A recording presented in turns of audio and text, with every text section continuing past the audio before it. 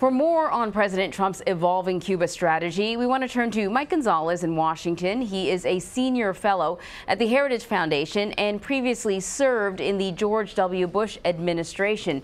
So first, we want to get this out of the way. You were not a big fan of the changes that the Obama administration made in terms of the relationship with Cuba. You were highly critical. Yes, I thought that it helped the regime, a very anti-American regime, dig in and effect a transition to a new generation of the Castro family, and who are just as, if not more, anti-American as Raul and Fidel were. For that reason, I thought it was against our interests to do what Obama did. I think what President Trump will do today will reverse some of that. Some of it. The president plans to restrict companies from doing business with the Cuban military. The idea being that the Cuban people should be able to benefit from a relationship with the U.S., but the regime should not be able to benefit. Do you buy that? Will that work? Yeah, I think it would work. This is a very narrowly tailored presidential memorandum that aims at preventing convertible currencies from going to the military, the security forces, and the intelligence. Together they control, but especially the military, about 80% of the Cuban economy and most of the tourism. If you stay at a hotel or play golf at a resort or sip a mojito at a club, you're probably putting a lot of money into the Cuban military, which is the machine of repression.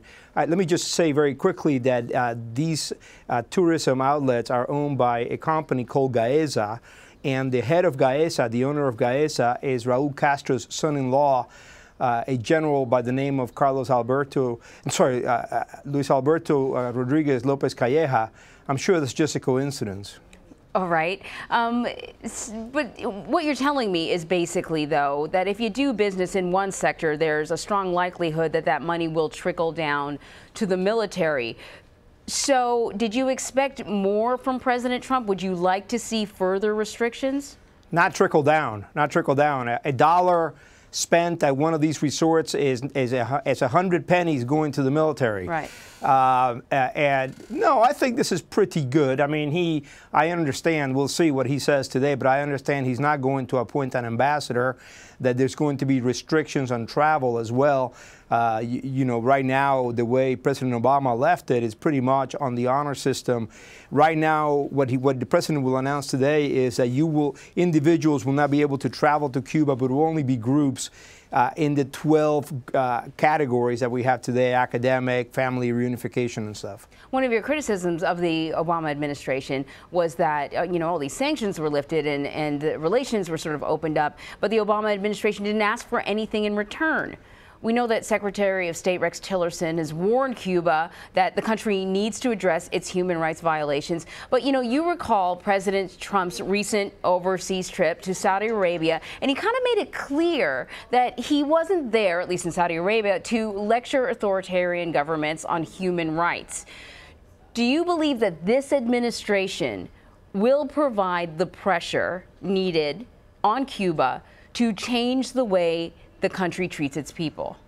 Well, I believe that we should stand up for human rights everywhere in the world. But if you read Tillerson's speech at the State Department about 4 weeks ago, he said that there would be places in which values and policy fit. It's a perfect combination, and sometimes we will not be able to preach our values everywhere. So I think that in the case of Cuba, it is a place 90 miles from our border where it is in our interest to preach our values, say, you know, the ball's in your court now. You allow regular Cubans, average Cubans, to open hotels, to open restaurants, to open resorts, and we'll be able to deal with them. We'll be able to give them convertible currency. Mike Gonzales, thank you so much for talking to us. Thank you.